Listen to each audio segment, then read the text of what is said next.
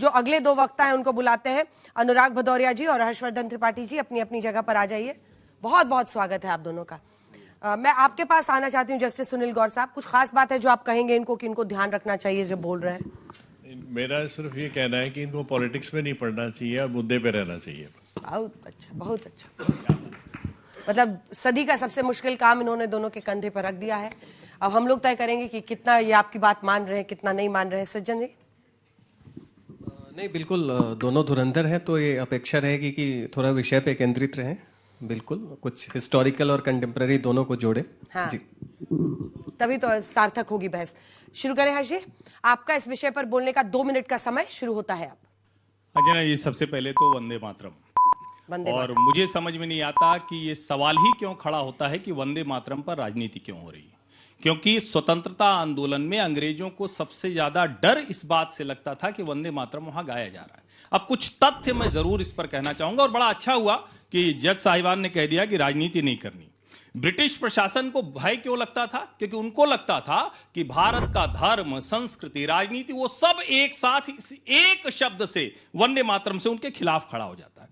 1900 से 1910 के बीच में सबसे ज्यादा गिरफ्तारियां अगर हुई, सबसे ज्यादा एफआईआर किसी बात पर हुए, तो किसी ने देश के किसी हिस्से में वंदे मातरम बोल दिया, उसके खिलाफ अंग्रेज एफआईआर कर देते थे। अब आज कौन से लोग इसको नहीं गाना चाहते, वो राजनीति है या नहीं, वो आप तय कीजिए। और एक और कमाल की बात है, कई लोग कहते हैं कि ये मुसलमान वो तैयार नहीं होता है। उर्दू प्रेस की बात मैं कर रहा हूं। बंगाल के प्रमुख उर्दू अखबारों ने कहा यह मातृभूमि का सम्मान है। और मातृभूमि का सम्मान राजनीति कैसे हो सकती है? अगर ऐसी राजनीति हो रही तो जो लोग वो कर रहे हैं उनको जरा सोचना चाहिए। यह सिर्फ इतना भर नहीं था, इस देश के स्वदेशी आंदोलन के मूल का आधार था। यह सिर्फ इतना भर नहीं था, यह नेताजी सुभाष चंद्र बोस से लेकर सामान्य जो नागरिक था उसके उद्घोष का। किसके खिलाफ? हमारी गुलामी से लड़ने के खिलाफ। और अभी बड़ा अच्छा लगा आलोक जी ने कहा कि कौन कौन से हैं। तो भैया, जब भूमि आएगी, संस्कृति आएगी, तो धर्म नहीं आएगा क्या? और तुम ही दुर्गा दशप्रहरण धारली कमला कमल दल विहारिणी कहेंगे तो क्या वो नहीं आएगा क्या? तो मलयज शीतला मलयज तो ठीक है, वो भी आएगा साथ में। और मुझे लगता है कि वंदे मातरम में महिलाओं की जो भूमिका आई उसको भी जानना चाहिए। पहली बार अविनाशिनी देवी, सरला देवी, सुशीला देवी ऐसी महिलाओं ने वंदे मातरम गाया और अंग्रेजों के खिलाफ कहा। यह बिगुल मातृशक्ति ने भी बजा दिया है। ऐसे वंदे मातरम के खिलाफ भी कोई बात कर सकता है। और मैं आज पक्ष या विपक्ष की बात नहीं कर रहा हूं, मैं तो यह कह रहा हूं वंदे मातरम एक साथ सबको खड़े होकर देश को गाना चाहिए, दो आवाजें नहीं आनी चाहिए। और मैं फिर कह रहा हूं, भले संविधान सभा में भले तय करते वक्त हमने कहा कि जनगण मन या राष्ट्रगान या राष्ट्रगीत, लेकिन वंदे मातरम समय समाप्त हुआ। तालियां, जबरदस्त, बहुत अच्छा। मिडिल ऑर्डर के कंधों पर आ चुका है और सारा का सारा बोझ अब आ चुका है अनुराग भदौरिया जी के कंधों पर। विषय पर रहते हुए, राजनीति से दूर रहते हुए, वंदे मातरम गीत को लेकर जो बहस है इतिहास के पन्नों में। फिर शुरू हुआ आपका दोनों का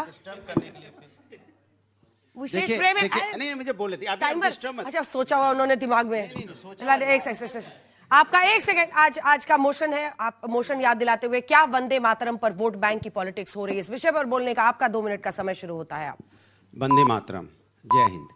ये वंदे मातरम कैसे आया, ये सोचने की जरूरत है। 1857 का जब युद्ध हो रहा था, आपको पता होगा, विद्रोह हुआ 1857 में।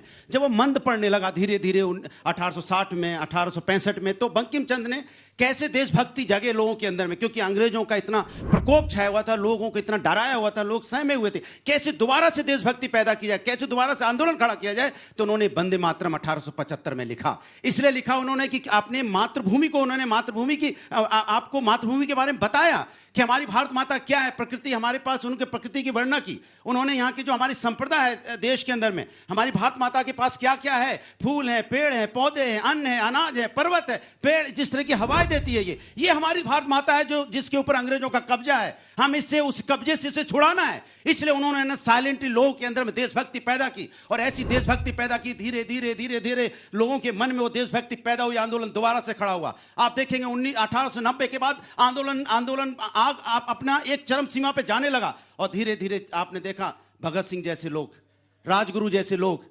अपने खुशी खुशी फांसी पे लटक गए वंदे मातरम कहते हुए। और तो इशफाकुल्ला खां भी खुशी खुशी फांसी पे लटक गए वंदे मातरम कहते हुए। वंदे मातरम ने दोबारा से इस देश के अंदर में आजादी की लौ जगाई थी, और इसलिए आजादी की लौ जगाई थी कि सबको पता था कि हमें अभी मातृभूमि की रक्षा करनी है, सुरक्षा करनी है, क्योंकि मेरी मातृभूमि किसी के कब्जे में है। ये आंदोलन की एक चिंगारी थी जो उन्होंने लगाई थी, और ये हमें सबको याद होना चाहिए। आज पार्लियामेंट के अंदर में क्या चाहती है भारतीय जनता पार्टी?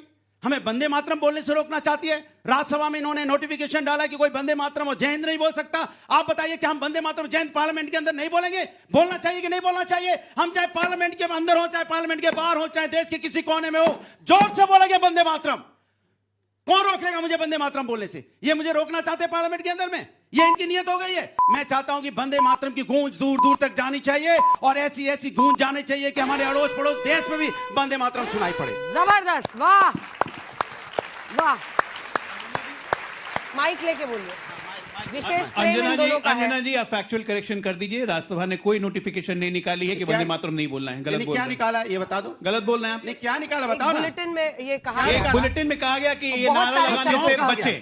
क्यों नारा कहा गया? लगाने से बचे, हाँ, जो कहा गया। हाँ, ठीक है। नारा क्यों? लगाने से क्यों? बचे। क्यों बचे वंदे आइए, मातरम आइए, गाने से? बीच में आ जाइए। ऑफिशियल नहीं, ऑन नहीं, रिकॉर्ड आइए, आप नहीं आओ, कह आओ, सकते। आइए, हम लोग वंदे ताली मातरम बजाएंगे, गाने हम से खड़ा ऑफिशियल करके। ऑन वंदे रिकॉर्ड मातरम गाने से क्यों बचेंगे? वंदे मातरम गाने से क्यों बचेंगे? वंदे मातरम गाने से क्यों बचेंगे? सुनिए क्या सुनिए, माँ-बाप हो गया? एक मिनट। अपने सांसद ठोस, ड्रामेबाजी की जगह नहीं हो गया, बात ये खत्म। ड्रामेबाजी की वंदे जगह नहीं मातरम है। बोलने से अपने रोकोगे? अपने और सांसद कहानी बता रहे हो। अपने अंजना सांसद जी, मैं वर्ग साहब को correct करना बुलवाइए चाहता वंदे हूं। मातरम। अंजना जी, मैं correct ये करना सबसे चाहता बड़े हूं। क्या ड्रामेबाज करना चाहते हो हैं। आप? अभी बात वंदे करते मातरम हो। आएंगे मौलाना साहब। छोड़ो। वंदे मातरम अरे, से बुलवा लीजिए मैं इनसे। अपनी बात कह रहा बुलवा हूं, लीजिएगा आप मौलाना ये देखो साहब धर्म से। की और राजनीति इनके आ गई। सांसद बात हो इनके रही है यहाँ सांसद पे वक्त वंदे साहब उनसे मातरम की, बुलवा तो बात लीजिए। चले गए मौलाना जी के पास। अच्छा, हो अरे, गया, सवाल कमाल हो की गया। बात आप कर दोनों रहे का हो। हो गया। झूठ बोलने की आदत है। झूठ आप बोलने दोनों की, का हो सत्य गया। बोलने की। कृपया आप अपनी दोनों का कुर्सी हो गया, संभालिए। तो जाइए। मेरा तो हो शांति गया। रखिए। हाँ। और हाँ, जज वक्ताओं को साहब कह रहे हैं बोलने ऑर्डर दीजिए। ऑर्डर। और वक्ताओं को बोलने दीजिए। शांति रखिए, बैठिए आप। बहुत मुद्दे धन्यवाद से ना सर हटिए। आपका।